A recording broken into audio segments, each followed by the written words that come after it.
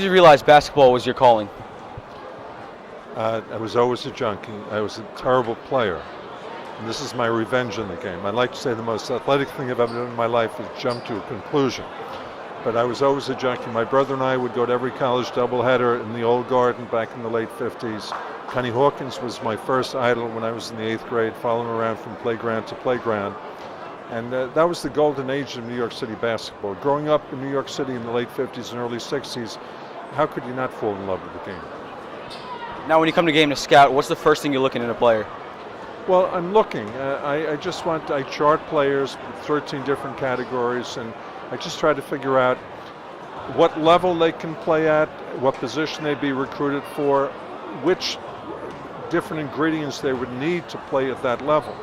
For instance, there are 3 variables in the basketball equation.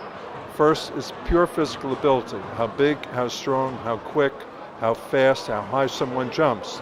The second is skill with the ball, how someone handles the ball, dribbles the ball, passes, shoots the ball, executes the fundamentals of rebounding and defense. And the third is the intangibles of head and heart, how tough, how resilient, how adaptive, how competitive kids are.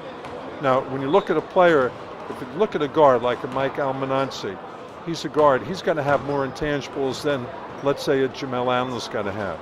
Jamel Allen's got to have a lot more physical presence than someone who's a wing player. Someone who's, let's say, a 2-guard or a shooter, he's got to have, probably the skill variable is probably the most important in that equation.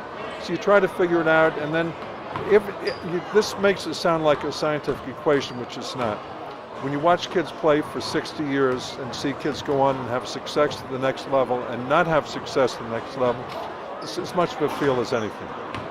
Now, if you look at a player, will anything off the field turn you off if someone's not good in school? Bad attitude, someone who's not a good teammate, poor body language. Unfortunately, a lot of good kids they don't realize the importance of having positive body language.